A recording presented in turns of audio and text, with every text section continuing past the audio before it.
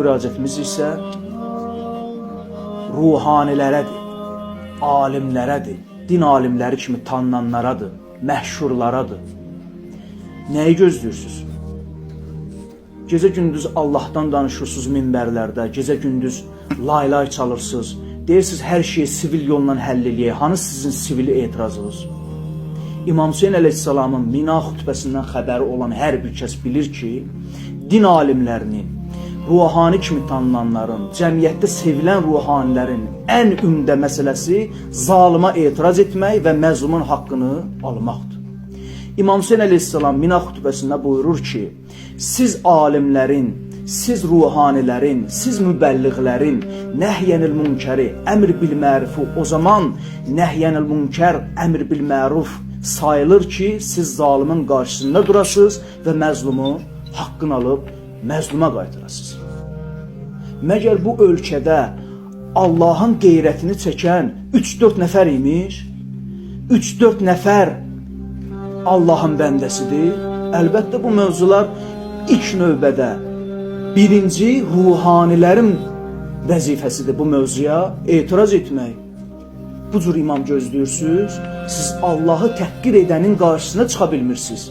Siz imam zuhuru gözləyirsiniz, imam gələcək, siz ona əskər olacaqsınız. O danışdığınız Quran-ı Kərimdən sizə bir ayə oxuyum. Səhv surəsinin 14-cü ayəsi. Allah təbarək və teala Səhv surəsi 14-cü ayədə buyurur ki, Yə eyyuhəllədinə əmənu, ey iman gətirənlər, kunu ənsarallah, Allahın köməkçiləri olun. Allaha necə kömək edirsiniz?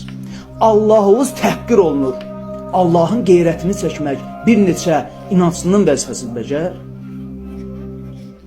Allahdan danışmaqla, Allahın vasitəsilə hörmət qazanmısınız. O hörmətinizin zəkatını niyə vermirsiniz? Nə vaxt verəcəksiniz? Nə vaxt xərcləyəcəksiniz? Qorxursunuz ki, dünyavızla üst-üstə düşməz? Lüks həyat yaşamağınızın əlinizdən çıxmasından mı narahatsınız? Əslində biz sizdən, saray mollalarından heç nə gözləmirik. Sizdən nəsə gözləmək, toyuqdan süt gözləməyə bənzəyir. Toyuq heç vaxt süt vermir. Bizim bunu danışmağımızdan məqsədimiz odur ki, millətimiz ayılsın, xalqımız ayılsın, tanısınlar saray mollalarını, küftə mollalarını tanısınlar. Məşhur olmaqla deyil, sevilməklə deyil. O məşhurluğun, o hörmətin zəkatını, haqqını ödəmirsiniz. Biz bir daha müraciət edirik əziz xalqımıza. İmamlarımızı qətlə yetirdilər, İmam Hüseyni qətlə yetirdilər, İmam Hüseynə mərsədiyi bağladıq, sağlığında qiymətini bilmədik. Gözləməyək ki, acından ölsün, şəhid olsun. Ondan sonra onu statuslarımızda paylaşaq, şəklini divarlarımıza vuraq, sağlığında qiymət verək.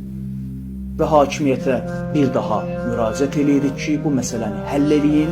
Çünki bu məsələnin həllini tapmaması böyük bir xoşagəlməz nəticələrə gətirib çıxardar. Esselamu aleykum və rəhmətullah və bərəkatuhu.